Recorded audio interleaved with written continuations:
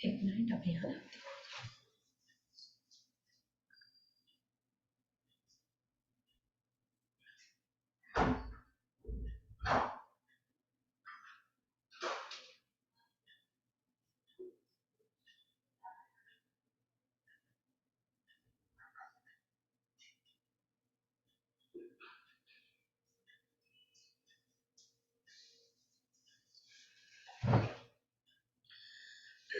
विष्णु विष्णु विष्णु विष्णु विष्णु विष्णु विष्णु विष्णु विष्णु विष्णु विष्णु।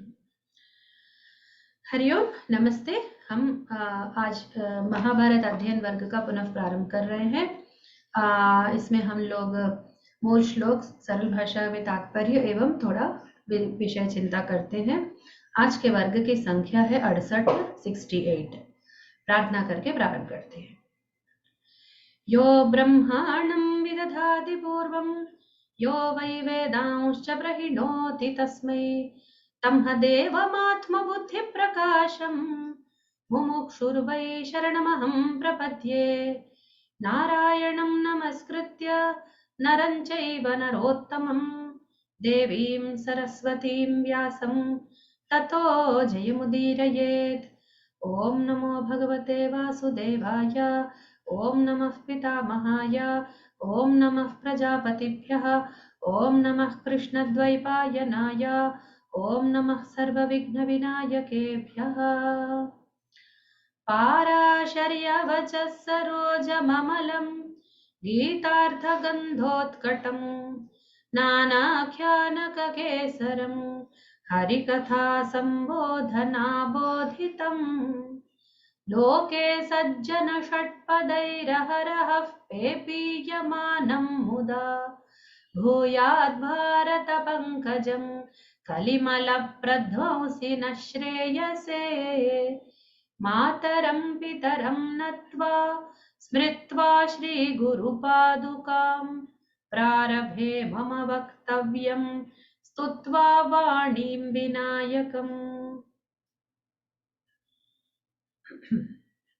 एक minute, share सही से नहीं किया है।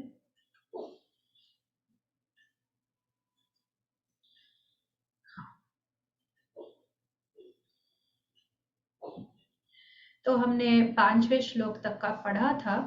30वें अध्याय में 3अध्याय गरुड़ जी उस डाली पर बैठते हैं और वो डाली पटाख से टूट जाता है। उसमें बालखिल्य लटकते होते हैं। बहुत तपस्संपन्न लोग हैं वो। तो ऐसे समय पर उसे समझ में नहीं आता है कि क्या करना है। फिर उसके बाद क्या होता है, उसको लेकर वो अपने चोंच में पकड़कर वो फिर उड़ने लगता है, उड़ान भरने लगता है। और वो कहाँ पहुंचता है, क्या करता है, आगे की कहानी है। अतिदैवं तु तस्य कर्म दृष्ट्वा महर्षयः विस्मयोत्कम्पहृदया नाम चक्रुर्महाखगे। जब ऐसी घटना को ऋषि मुनि लोगों ने देखा, वो लोग देखते रहते हैं, अर्थात उनका कोई काम धाम नहीं रहता है क्या? ऐसा नहीं है कि वो लोग, उनको प्रज्ञा चक्षु होते, क्या कहते हैं, उनको प्रज्ञा उनके इतनी होती है कि वो दूरदृष्टि वाले होते हैं और जो हमें नहीं दिखता है वो उनको दिखता है। भूत वर्तमान भविष्य सब उनको पता रहता है। तो ऐसे में जब उन्होंने ऐसी ऐसी चर्या को देखा कि गरुड़ जा रहे हैं, तो गरुड़ पर एक उन्होंने दृष्टि डाल के रखी हुई है। तो उसकी जो अलौकिक क्रिया है, ऐसी घटना जो पैर से आके पकड़ के बैठे डाली को, डाली टूटी तो उन्होंने उसको चोंच में ले लिया। तो वो इतनी बड़ी डाली है, 1 योजन तो उसका विस्तार है।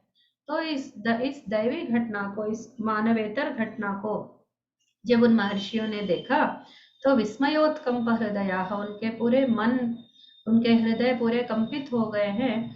और उसका एक उन्होंने उस खग का, उस गरुड़ पक्षी जी का एक नाम रखा उन्होंने। गुरुं भारं समासाद्यो दीन एष विहंगमः गरुडस्तु खगश्रेष्ठस्तस्मात् पन्नगभोजनः। गुरुं भारम समासाद्य, एक बहुत बड़ा भार को समासाद्य लेकर, उड्डीनः, उन्होंने उड़ान भरी है। एष विहंगमः, यह जो महाखग है, ये जो महापक्षी है, आकाश में उड़ने वाला ये जो प्राणी है, इसने गुरुम भारम, बहुत ही भारी, गुरु मतलब भारी ही होता है, भारम यानी कोई वस्तु जो भारवान वस्तु है उसको भारम बोलते हैं। तो गुरु का शब्द का जैसे हम अपने गुरु आचार्य अर्थ में उसका प्रयोग करते हैं वो अलग है, ये अलग है। तो उस जो बहुत भारी वस्तु को इस प्रकार लेकर, समासाध्या उसको लेकर उड़ान भरा उन्होंने। तो गरुड़, तो गुरु का गरु बन गया, उड्डीना में से ड बचा, तो उन्होंने गरुड़स्तु खगश्रेष्ठ, तो तब से ये गरुड़ कहलाए। पन्नग भोजना, और ये कैसे है?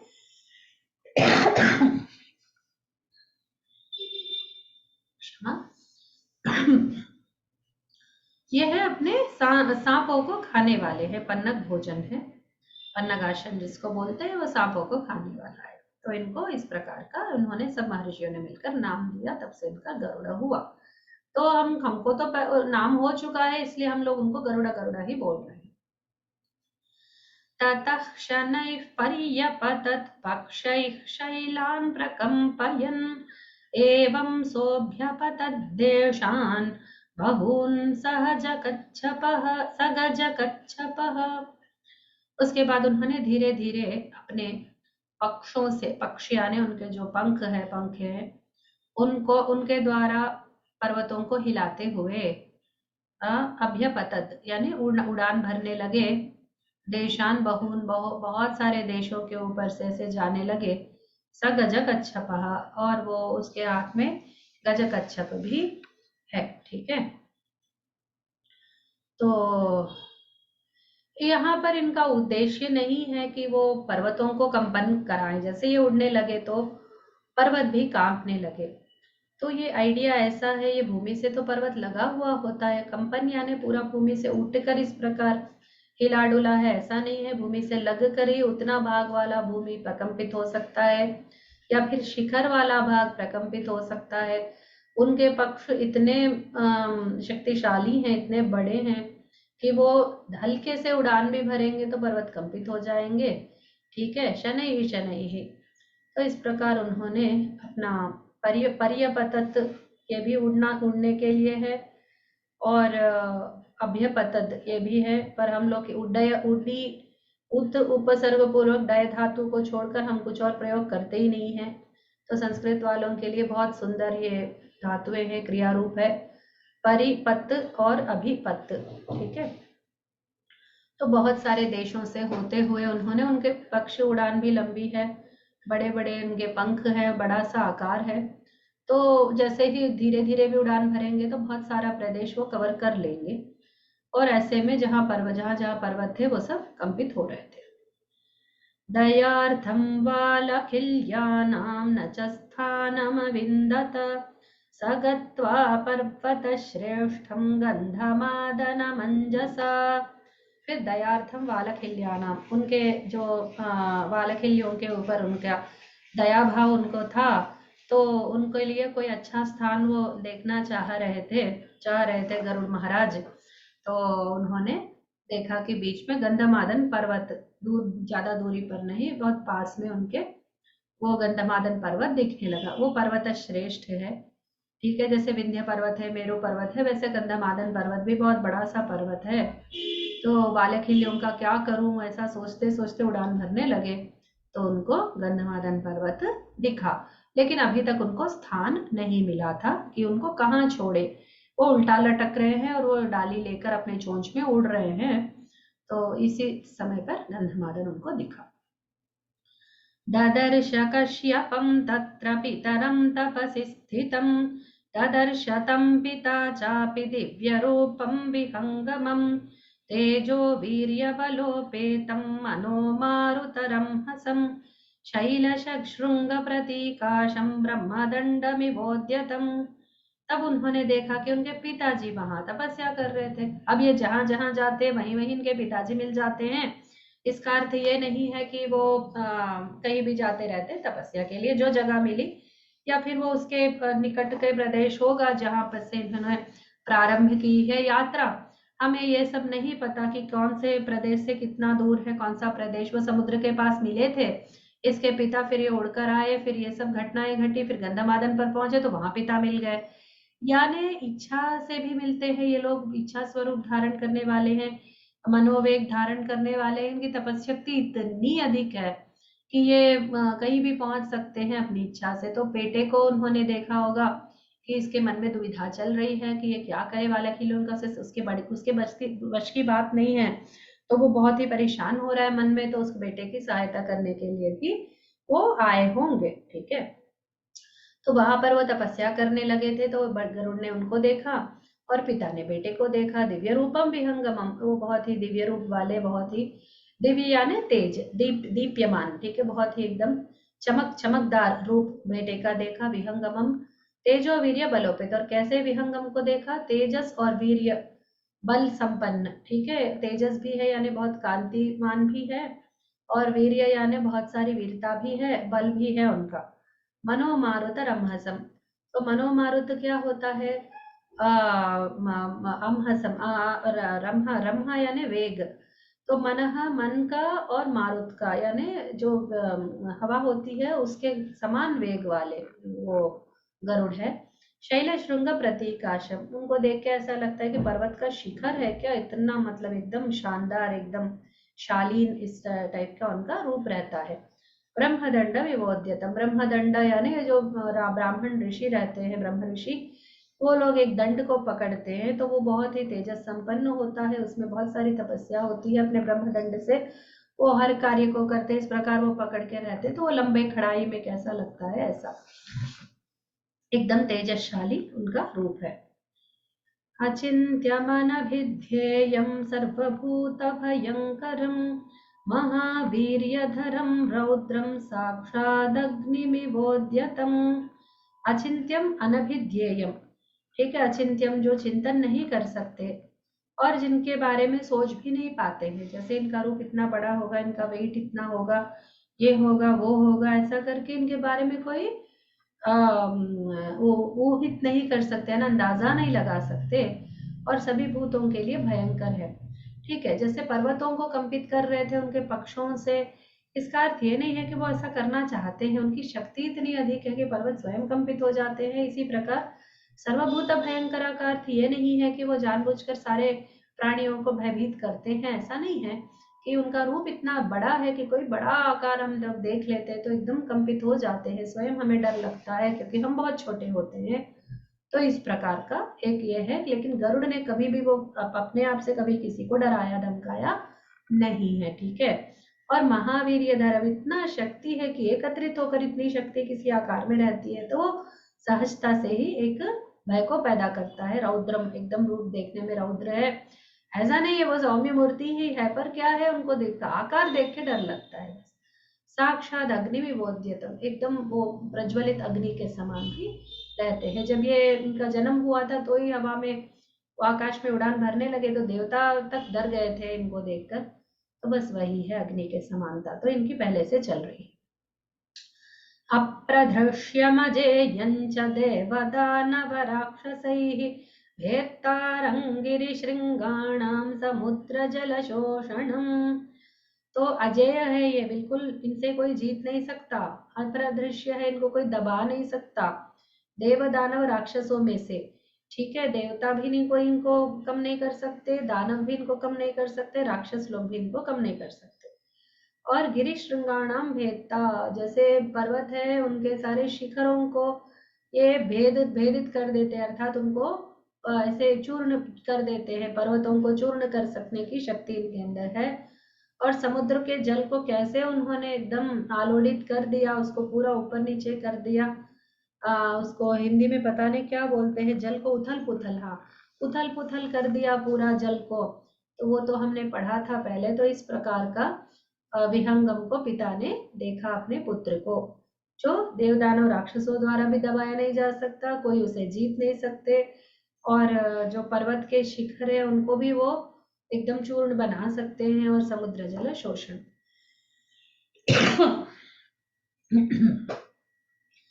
लोक संलोडनम घोरम कृतांत समदर्शनम तमागतमभिप्रेक्ष्य भगवान् कश्यपस्तदा विदित्वा चास्य संकल्पमिदं वचनमब्रवीत्। अब ये गरुड़ है, इतने शक्तिशाली है, तो उसको पिता है ना, वो वर दे दिया अपने पत्नी को कि भाई ठीक है, जैसा पुत्र चाहो वैसा मिलेगा। तो वो ऐसे शक्तिशाली हैं कि जो पत्नी के मांगने पर ऐसे पुत्र को वरदान में दे सकते हैं, तो वो कितने शक्तिशाली होंगे। ठीक है, तो लोक समलोड़नम, ये जो गरुड़ है वो लोकों को, पूरे संसार के सारे समस्त लोकों को वो उथल पुथल कर सकते हैं। घोरम, उनका दर्शन एकदम देखने से डर लगता है। कृतांत समदर्शनम, एकदम यम के समान, यमराज यम धर्मराज के समान उनका रूप है। किसके लिए? पन्न गेन के लिए। जैसे कोई राक्षस है, कोई गलत काम करने वाले लोग हैं, तो वो लोग इनको देखकर डरते हैं। जो अच्छे लोगों के लिए ये सौम्य दिखते हैं। ऐसा है कि यमधर्मराज के बारे में भी ऐसा ही बोलते हैं कि वो पुण्यात्मा जो भी लोग होते हैं उनको बहुत सौम्य मूर्ति के रूप में वो दिखते हैं, और जो अपुण्यवान होते हैं, जो पाप चिंतक होते हैं, उनको कभी शुभ दर्शन नहीं होते, अशुभ दर्शन होते, एकदम काले काले से ऐसे। तो ये भी उनका भी ऐसा ही है कि इनको देख के जो डरते हैं वो बुरे लोग ही होंगे। तो तमागतम अभिप्रेक्ष्य, जब वो आए गरुड़, तो उनको देख के कश्यप भगवान, जो भगवान यानी पूज्य, जो पूज्य कश्यप जी है, उन्होंने उसको देखा। विदित्वा चासे संकल्प, इसका संकल्प उन्होंने जान लिया कि बस ये करना क्या चाहता है भाई। तो उन्होंने देख लिया और वचनम अब्रवीत, स्वयं से उन्होंने बोला। कश्यप उवाच पुत्रमासाहसं कार्ष्येर्मा सद्यो लप्स्यसे व्यथाम् मा त्वां दहेयुः संक्रुद्धा बालखिल्या मरीचिपाः। तो हे बेटे पुत्र, मां साहसम कार्य, देखो बेटा तुम साहस मत करना। सद्यो लप्स्यसे व्यथाम, तुम ना तुरंत दुख में गिर जाओगे, तुम तुरंत इसके लिए तुम पछताओगे। यदि तुम अभी कुछ इधर उधर कर दिया, तुमने कोई भी गलत काम कर दिया ना, तो तुम बहुत ही इसमें फंसने वाले हो दुविधा में। मात्वम दहेयु संक्रुद्धा वालखिल्या मरीचिपाः, ये जो वालखिल्य महर्षि लोग हैं, अगर वो क्रुद्ध हो जाएंगे तो तुमको दहन कर सकते हैं, तुमको पूरा जला डाल सकते हैं। ऐसा ना हो बेटा, ऐसा वो बोल रहे। माँ त्वाम दहेयुः, ये लोग देखो पिता है उनके, इससे सहज ही बेटा किसी इसमें फंसने वाला है। तो सबसे पहले पिता ने आशीर्वाद रूप से कहा। इनके कहने से क्या होता है ऐसा सोचते हैं, लेकिन कहने से बहुत कुछ होता है। जो महर्षि लोग होते हैं, जो महात्मा लोग होते हैं, वो लोग अपने संकल्प से कुछ अगर बोलते हैं तो अवश्य अच्छी घटना ही घटती है। ठीक है, तो ये जो मरीचिपाह यानी सूर्य के किरणों को से ही आहार लेने वाले, जैसे हम अगर आज के जीवन में अपने मानव जीवन को देखते हैं, तो जो आहार ग्रहण करते हैं उसमें हम कौन सी शक्ति को ले रहे हैं? सौर शक्ति को। तो उनको आहार नहीं खाना पड़ता। जो प्लांट्स होते हैं, जो वनौषधियां होती है, वृक्ष होते हैं, वो सब क्या करते हैं? सौर शक्ति को ही तो अपने अंदर ले लेके वो लोग फल और फिर ये सब्जियां वो सब बनाते हैं हमारे लिए। तो उनके जो पत्ते हैं, फूल है, उनके जो फल है, उनके जो शाख है, उन सबको हम लोग खाते हैं। ठीक है, तो वैसा इन लोगों को खाना नहीं पड़ता। तो वो जो वृक्ष आदि संचय करते हैं अपने अंदर सौर शक्ति को, तो ये लोग आराम से डायरेक्टली सूरज से ही वो लोग ले लेते हैं। ठीक है, ऐसे जो मरीचिपाह, जो सूरज के किरणों से वो शक्ति ग्रहण करने वाले के लिए है। संक्रुद्धा, यदि वो गुस्सा होते हैं तो तुमको दहन कर देंगे, ऐसा ना हो बेटा, ऐसा उन्होंने पहले से ही आशीर्वाद रूप में कहा। सौतिरुवाच ततः प्रसादयामास कश्यपः पुत्रकारणात् बालखिल्यान् महाभागांस्तपसा हतकल्मषान्। तब कश्यप ने पुत्र कारणात, सौति महर्षि बता रहे हैं, कथाकार है ये, कथा की कथक है ये, मतलब कथन करने वाले हैं ये। तो ये बता रहे हैं कि कश्यप ऋषि जो है पुत्र कारणात, अपने बेटे के हेतु से वो उसको, जो बालखिल्यों को प्रसादित करने लगे, यानी प्रसन्न करने लगे उनको। तपसा हतकल्मषान महाभागान, और उनके बारे में विशेषण बता रहे हैं कि अपनी तपस्या से वो लोग पूरे कल्मशों को, पूरे पापों को धो चुके हैं वो। ठीक है, और ऐसे महाभाग यानी बहुत महापुरुष है, सत्पुरुष लोग हैं, बहुत उत्तम लोग हैं, उत्तम कोटि के मनुष्य हैं ये। ठीक है, तो ऐसे बालकिल्यों को, ऐसे विगत पाप, जिनका पाप चला जा चुका है, ऐसे लोगों को इन्होंने अपने बेटे के कारण प्रसन्न करने का प्रयास किया। ठीक है, तो हुआ ये कि हतकलमशा का बताती हूँ तपस्या। तो तपस्या से क्या कुछ नहीं हो सकता, बहुत कुछ हो सकता है।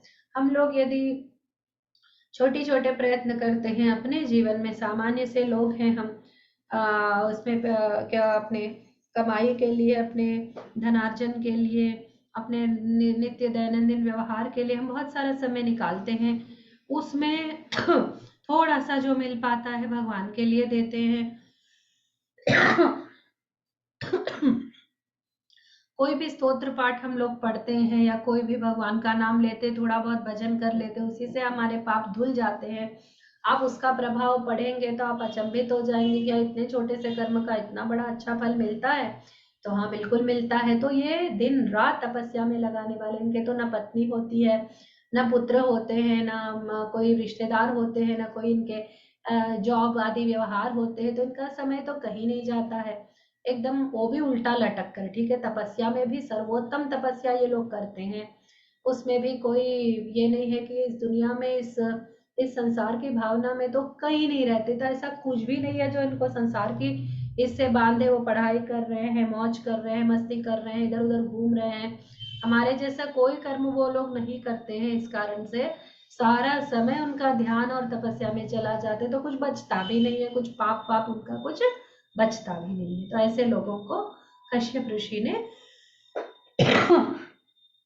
प्रसादयामासा, उनको अच्छे से प्रसन्न किया। कश्यप उवाच प्रजाहितार्थमारम्भो गरुडस्य तपोधनाः चिकीर्षति महत्कर्म तदनुज्ञातुमर्हत मरहथ। ठीक है, महापुरुष लोग हैं, सत्पुरुष है, इसलिए वो लोग जानते हैं कि किससे कैसे बात करनी चाहिए। तो कश्यप ऋषि बोल रहे हैं बालकियों से कि प्रजाहितार्थम, ये जो गरुड़ ने ये जो प्रयास प्रारंभ किया है, हे तपोधना, हे महर्षि लोग, आप लोग सुनिए कि ये जो इसने किया है, अच्छे लोग दुनिया की अच्छाई के लिए उन्होंने कुछ सोचा है। ठीक है, महत्कर्म चिकीर्षते, बहुत उत्तम और उन्नत कार्य करना चाहता है, इसलिए आप उसे अनुज्ञा दे। कि वो लोग आए हैं, अब हमें इमेजिन करना, में कल्पना करनी पड़ती है कि वो जो लटक रहे हैं डाली को लगकर, उन लोगों से उसी इसमें इन्होंने बात की, तो उन्होंने आंखें खोल के देखा और इनको रेस्पॉन्ड किया। ठीक है, कुछ बोले नहीं वो लोग।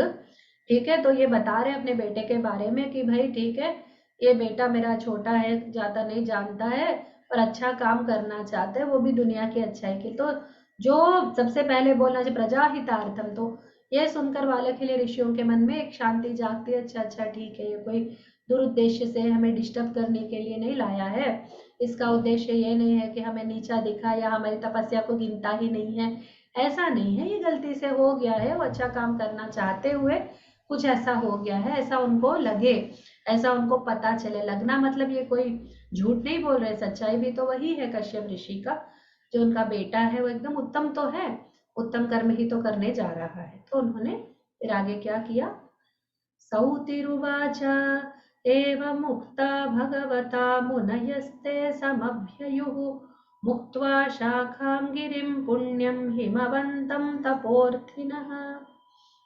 इनका क्या है, तपस्या करना है।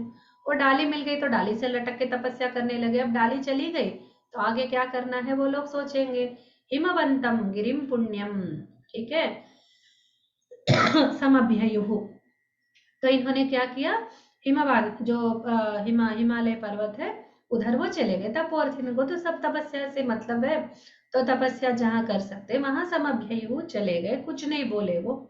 ठीक है, अनुज्ञा धातु अर्हता, यानी अनुज्ञा दे दिया, ठीक है, हम उसको कोई शाप वाप नहीं देंगे, हम अपने रास्ते चलते हैं। तो ये भी उनके लिए करुणा ही तो है, उनको उन्होंने एक तरफ एक बार हमारी ओर देखा भी तो हमारा बहुत बड़ा लाभ होता है, ऐसे महापुरुष लोग हैं वो।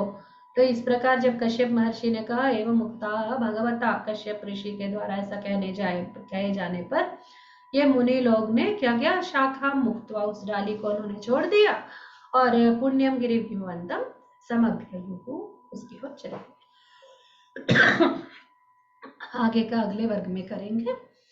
स्वस्ति प्रजाभ्यः परिपालयन्तां न्याय्येन मार्गेण महीं महिषाः गोब्राह्मणेभ्यः शृण्वन्तु नित्यं लोकाः समस्ताः सुखिनो भवन्तु सर्वे भवन्तु सुखिनः सर्वे सन्तु निरामयाः सर्वे भद्राणि पश्यन्तु मा कश्चित् दुःखभाग् भवेत् सर्वं श्रीरामार्पणमस्तु। नमो नमः। शुभमस्तु। हरि ओम्।